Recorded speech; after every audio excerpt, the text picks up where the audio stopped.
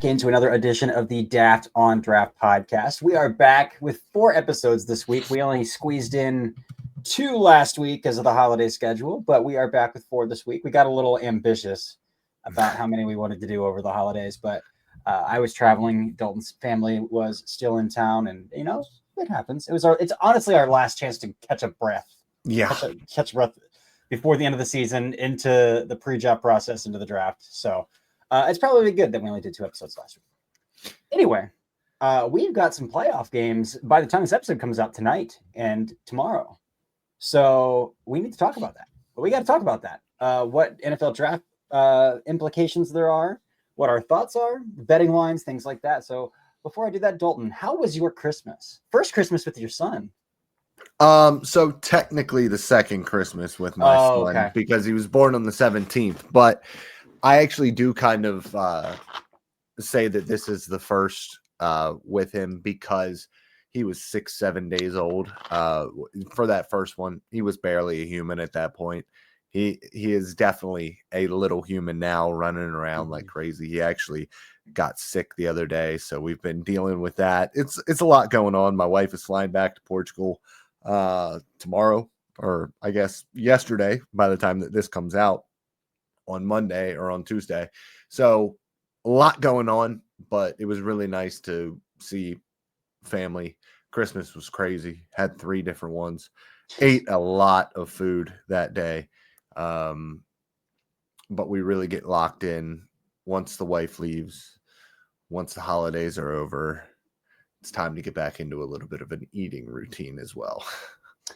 Yeah, so I do Orange Theory is what I do for my workout, and they always do a transformation challenge, which is like the New Year's resolution draw. Come in, pay $60 or $35, I think it is, whatever. You get to do body scans at the beginning and the end. I won and there's 2 different tracks. There's a muscle adding competition and a body fat losing competition. So last year I won the muscle adding competition because I went from being lazy to actually doing stuff. This year I cut over the summer, and then from like September till now, till I weigh in like January 10th, I've been like doing a small bulk. So like, obviously you're supposed to bulk longer than I did, and I probably put on 5 to 8 pounds of what I cut back on, but also some muscle mass. And so I'm going to cheat. So now I'm going to do the body fat competition this year, and I'm going to cut again during the transformation challenge. So yeah, I'm excited about that to get into, because honestly, obviously you know this, I'm to the point where like I am done eating so much food. Like I feel awful eating so much food. So yeah, I'm right there with you. I'm ready to get out of that. But football, we should probably talk about football. We should. And listen, let's get to the game that's tonight. 11.5 point spread here between Penn State and Boise State. We did not have last week, or 2 weeks ago, I guess, almost 10 days ago. We had no game that had this big of a spread. And there's a bigger one coming up in this game, or in this week too. So a really interesting week overall, with 2 higher seeded teams being huge underdogs this week. The number 1 team, undefeated team in the nation, is an underdog, but Penn State, Boise State is a really interesting one to me, because at the end of the day, there are 2 quarterbacks in this draft class. Drew Aller is going back, and it's tough for me, even though we kind of talked about going back might be the right decision here. It's tough for me to see what happened to Carson Beck this year and feel good about Drew Aller going back to school. That's a good point. Will likely be a better quarterback class next year. Because no matter what you think of Aller, the size, the arm, the relative athleticism, he can move a little bit. It's clunky, but he can move. He would go in round 1 this year. There's very little doubt to me that he would go in round 1. And I just don't know. I mean, he has QB1 potential, but there's so much that could go wrong going back to school as well, especially losing Warren, losing Singleton, 2 guys who could have huge games this week. But it just, seeing everything that's happened with Beck gives me pause with Aller going back to school. It does, because he already wears a knee brace too. So like he already has a very obvious ailment to his body that has historically popped up. So yeah, it does give me some pause. I mean, it's different than Beck, getting Tommy John. He's literally not going to be able to throw until 2026, probably. Like he's going to miss all his whole freaking season. Well, they said he should be able to start throwing around May, is what they said. Throwing. But that sounds really early. It feels like Tommy John's. Yeah, I mean, again, he's not putting as much rotation on the ball as you are in baseball, trying to generate as much spin rate and things like that. Yeah, but it feels so much. It feels so much like what we saw with Kirk Cousins, where in April he was barely moving in a straight line, and he signed this contract with the Falcons. It was kind of like taken aback by them drafting Michael Penix, but like obviously that is the correct. They made the correct decision there by doubling up and kind of doing what he had once done in Washington when he was drafted the same year as RG3. I don't think that it's wrong to have a backup plan in that situation, especially when your quarterback is pushing 40 and coming off of an Achilles injury when he already was not athletic whatsoever. So I just, again, with the Aller thing, a lot could go wrong. But we also need to see him play well in these playoffs too, just to feel good about him being a QB1 next year. I agree. And who knows? He didn't particularly play well against SMU though. And that's coming off Oregon, where like people look at that game and there was a lot of praise coming in the game from, but like under the hood of that game was pretty bad too. So like he hasn't stacked good games and like good, and like the Ohio State game, he was bad too. So like every game he's needed to be good, he hasn't. So I mean, if he goes out and does it against Boise State, like, is that a resume booster for you? It's Boise State, like, no, not really, not really. So he's got to do it against either Notre Dame or Georgia in the semis for me to really say like, okay. But again, we're talking about the high end arm talent, the high end arm angles, but like the dude doesn't use it. He doesn't throw the ball down the field. So he's one of the more peculiar people to talk about. But again, there are so many desperate teams. And, as somebody who covers the Browns and has loved the Browns my whole life, I'm getting very skittish and nervous that my team is going to be desperate enough to take one of these guys very early on. And it's not a good feeling. So that's just to say that like somebody would do it with Drew Out. The Jets are sitting in the back of the top 10. I think they would do it with Drew Out. Like the Saints, Mickey Loomis, maybe we don't talk about this enough. Mickey Loomis is a really aggressive GM who trades up all the time. I would not be shocked if the Saints tried to come up and get Cam Ward or Shedeur Sanders this year as well. But like, so maybe and I've always said like nobody's trading up at this draft class, but like no. Maybe they are, because there's just so many teams desperate for two quarterbacks. So, but yeah, maybe Drew Aller changes his mind. Playing well against Boise State would be a good start to that. Defensively, Abdul Carter, man, who's going to block him? Nobody's going to block Abdul Carter. And nobody on Georgia is going to block Abdul Carter, and nobody on Notre Dame. Nobody in college football is blocking Abdul Carter. No, it's not happening. So that's the key to the game is like, can they subdue Abdul Carter? Can they get enough quick game, screen game to minimize that? It hasn't worked throughout the entire Big Ten play. No team has figured out how to do that. So good luck. But yeah, Penn State's 11.5-point favorites for a reason. Yeah. Here. So they are. Ashton Jeanty. We have to talk about a little bit of Ashton Jeanty. He's got a chance to break Barry Sanders' record. Yeah. Jeanty for me is obviously the big one to watch. But we all know what he is. Yeah. We all know he's RB1. We all know he is going to be a first round pick in this draft class. I want to see more the defensive side of the ball for the Penn State Nittany Lions. Somebody coming off of an absolutely astronomical game, Dominic DeLuca, in that SMU game, linebacker number 0. Yeah. I think he had 2 interceptions in that game, 1 returned for 6 points. And then the other 2 guys that I really want to see are the 2 safeties, Zakee Wheatley and Jalen Reed on the back end. I want to see them 4-star athletes in one-on-one opportunities in holes that Ashton Jeanty is going to be coming through. I want to see what they are able to bring in the open field when it comes to tackling him, because JT is going to get a chance or two to break a big one. Can they avoid that 60-yarder? Are they going to be able to make that final tackle, to be that last stand? That's kind of what I want to see from those two guys specifically. Yeah, I mean, nobody on Oregon can do it. So we'll see. We'll see. It should be an exciting thing to watch. Moving on to New Year's Day games. The game that has a larger spread than the 11.5-point Penn State Boise State game. Texas is a 12-point favorite over Arizona State. Again, if anything would influence the college football playoff committee to realize their system is flawed, and it should be the betting markets, right?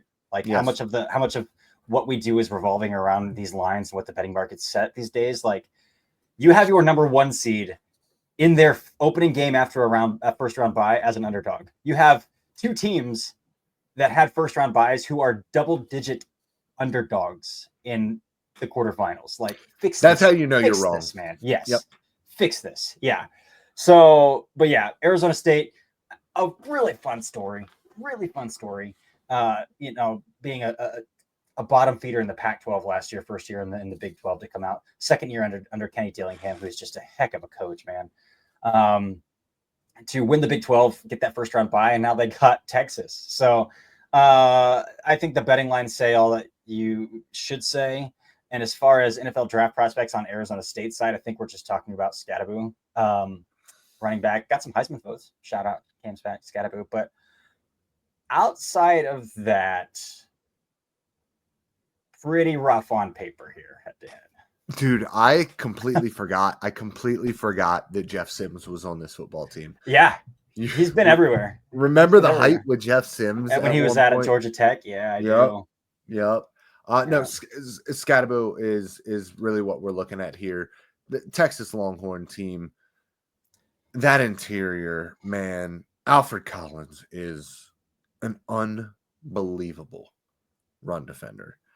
I said this on the line, and I'm going to say it right now. I'm going to talk about him more in the future. I don't know if I've ever seen a better pure run defender than Alfred Collins from a technical perspective, from a length perspective, 35.25-inch arms, 83-inch wingspan, 10-inch hands.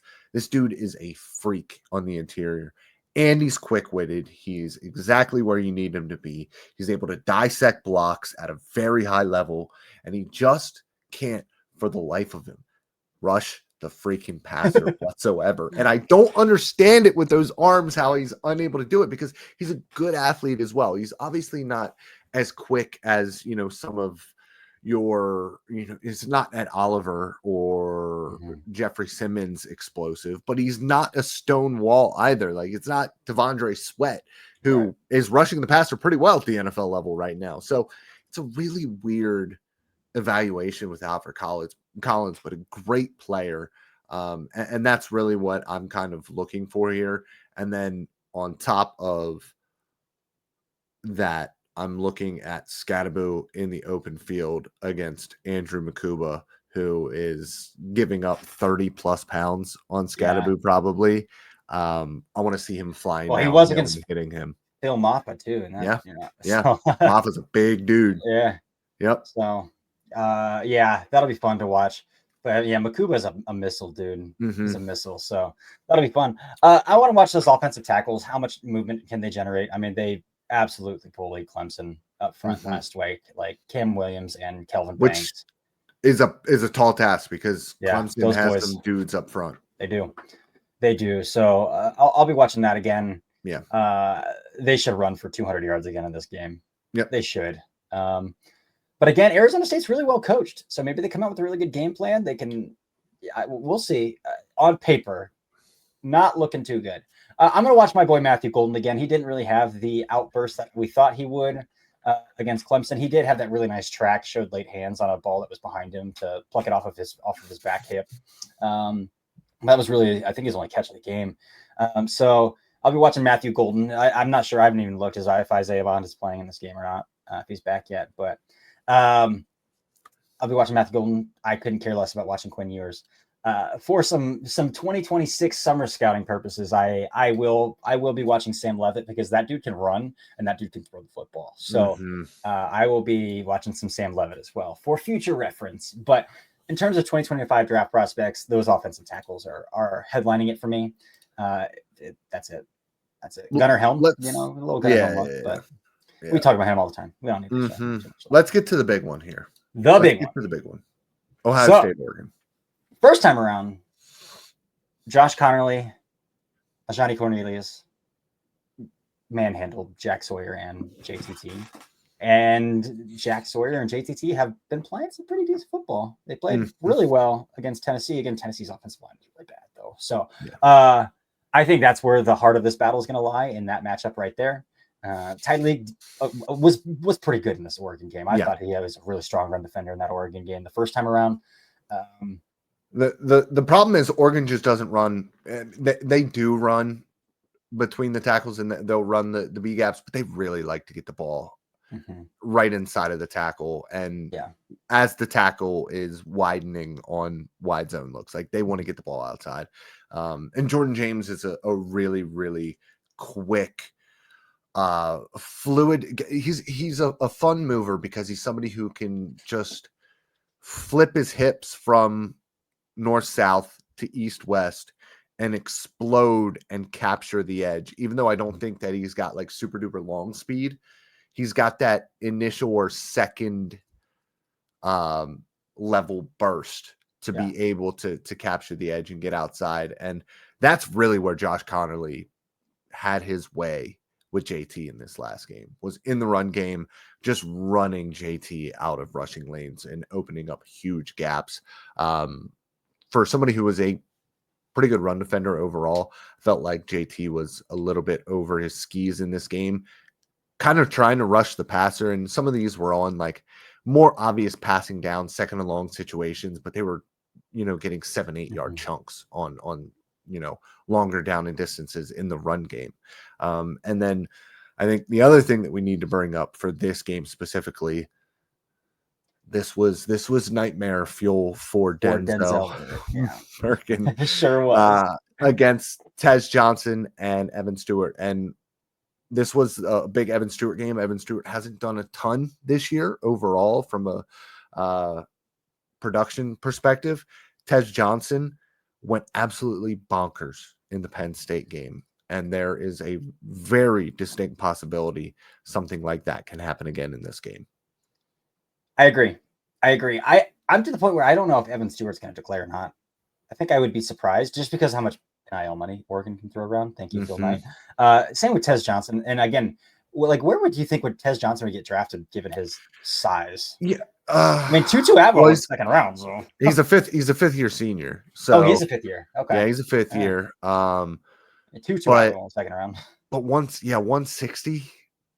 He's small, man. And the thing with him that makes him a little bit different than some of these other guys that we've seen in that 170 range is that he does have a legitimate vertical threat where a lot of these guys, I remember Penny Hart, man. Penny Hart could get open against anybody, but it was within 5 yards. Yeah. It wasn't a real vertical threat. And where Tez Johnson very much is that guy. So I think that he has that added to him. He's a really fun player. He's impossible to defend if you can't get your hands on him. But if you can get your hands on him, it's game over. And he's going to be playing against athletes who are consistently near his level athletically at the NFL level, where it's a little bit easier at the college level. Yeah, for sure. Going back to Connerly a little bit, he's getting a lot of hype. He's getting a lot of love right now. And he deserves it. I mean, he's obviously a really good athlete in a class that we've harped on does not have a lot of true offensive tackles. It's hard to see how he won't go first round if he declares. Again, he's a true junior, and if he's getting first round hype and he gets a promise from somebody, he's gonna declare. But he's playing really, really well, and he deserves it. And so we'll see. Coming into the season, we hated his anchor, and his anchor's still pretty soft. But what I said over the summer that has kind of come true for him is like, over the summer, he played with some really wide hands, really bad hands that exposed his chest and his anchor way more than he needed to. And he has cleaned that up a good deal. He's still getting caught with his hands wide a little bit, but for the most part, he does a better job of protecting himself from getting hands in his chest at a better level. When hands do get into his chest, you still see the anchor flaws, but he's doing a much better job of protecting his frame. And again, his lower half is like very athletic. Yeah. So he deserves the hype that he's getting. We'll see how he does against those 2 Ohio State edge rushers. Can those guys stack some games? Because I don't think they've stacked 2 games in a row all season. So, yeah. Anything else from this game that you? Talking about 3 quick things that I want to bring up. Jamari Caldwell, Derek Harmon against a banged up interior for Ohio State. Could be those dudes were moving a good defensive line against Tennessee, though. They were, and that's why I'm really interested in this game, because we're talking about a really good interior with those 2 guys. And then the third thing, Terrence Ferguson has one of the best aesthetics yes, he does. in college football. He's got the tattoo sleeve. He's got the sleeves and all the accessories. Don't let that fool you. He's not a great athlete. Like, I do think he's one of those guys who's like that, 400 to 600 yard range at the NFL level, starter potential type guy. He's got a good frame on him, but he looks way cooler than he does look so cool. If I had all that NIL money, I would be as covered in tattoos as he is. For sure. Yeah. Instead, I have to ask my wife every 3 years, can I finally get another one? Yeah. But that's all I got from that game. The running back, we can talk about Trey Henderson, because Trey, coming off a game where he looked explosive, an unbelievable receiver. I mean, it's all the things he has put up for, and then pass protection is. It's all going to come down to medicals for him, man. Oh, yeah. That's it. It's all going to come down to medicals. We'll see what Judkins can do as well. Judkins frustrates both of us. Again, I think his ankles are just so freaking tight. And I just think he, if he sees a defender in his gap, he just wants to run him over. He's a battering ram. Yeah, he just wants to run him over instead of being patient and letting a blocker get there first. So he's a frustrating watch for me. He'll be one that I'm interested. Would he chase some NIL money as opposed to declaring, or would he declare? I think he would still have enough fans in the NFL to declare. Yeah. But it'll be an interesting one to see there. And I think that this should be the best game. The game between the 2 best teams is what I think this one is. Yes. I think the winner of this game wins the national championship. I think there's a very good chance of that, yes. And then the next one, the night game, Notre Dame, Georgia. It's going to be a heavyweight fight with probably not a lot of points. Yes, this will be a 17. The total for this game is 45.5, and that might be a little high. I'm looking at a maybe at best a 21-17 game here. Yeah, I don't know how these teams score more points unless there are some massive plays in this game, or multiple. A 95-yard run by Jeremiah Love. Yeah, and then he doesn't play the rest of the game. But no, I mean, when I'm looking at this, I'm looking at how well coached both of these defenses are. And I love the way that Notre Dame is coached defensively. It's my favorite thing to talk about. Even on this podcast where we talk about draft prospects, that always leaks into all of this. But Kirby Smart from the Saban tree, those dudes can play. And I know that we haven't been hyping up their defense as much as we normally do, but this is still a Kirby Smart defense. They're still very well coached. They still won the SEC. They still won the SEC, and they still beating Texas twice. Yeah, they still have 2 dudes on that defensive line / at linebacker who are probably going to be first-round picks if they declare. So they have the talent. Do they have he's an underclassman who's unbelievable too, but can they do it offensively? What does their offense look like now that we know Carson Beck's not going to be around? Yeah. And more importantly, Gunnar Stockton definitely brought an element with his legs that Carson Beck couldn't. But obviously Gunnar Stockton wasn't the prepared starter for that game. So what's the difference? Because I didn't think that Gunnar Stockton was overly impressive in the SEC championship when he came in. How does he look differently with 2 weeks of preparation up to this point now? So I think that's going to be a big thing. Is he still the same guy that he was in the SEC championship game, which I thought was a really sporadic passer, but a really good athlete? Or is it going to look a little bit different now that he has been the game plan starter? Outside of that, that Notre Dame interior, that Notre Dame defensive line is really freaking good. Yeah. And again, that Georgia offensive line we've talked about, their interior offensive line is good with Rutledge and Fairchild and Wilson, but those tackles are bad football players. We're just being completely honest. And the same with the receivers against Notre Dame's secondary. And what we continuously harp about is just how they'll beat you down. Those Notre Dame defensive backs will beat you down. So I'm very interested in that. We'll see how that plays out. They've been without Morrison all year, and it hasn't seemed to matter much, man. Christian Gray, he's only a true sophomore. He's such a good player. And then they have 2 6-year seniors in Rod Hurd and Jordan Clark out there too. And then we can't talk anymore about it. Xavier Watts. He is what he is, man. He finds his way around the football. Yep. It wouldn't shock me if Notre Dame won this football game. I think Notre Dame wins this football game. I also believe Notre Dame wins this football game. I think we talked about this, but I believe that they win this one as well. Yep. Awesome. Well, I think from an NFL draft prospect, that's all we have to talk about. Again, we'll be back on Wednesday, doing another draft. Thursday, we are doing some. We'll figure it out whether or not we do our 16 through 20 on Thursday or Friday. Because Thursday we could also break down. No, I guess we couldn't because the games would be over by Wednesday night when we record Thursday. So yeah, Thursday we'll do 16 through 20 on our big boards. Friday we'll recap what happened in the college football playoffs. But back for 4 episodes this week. You're stuck with us. So Dalton, anything to add before we get out of here? No. Just enjoy your time. Enjoy the games. Enjoy your family. The holidays are almost over. Mm-hmm. They are indeed. Well, that's it for this episode of the Daft on Draft podcast. Until next time.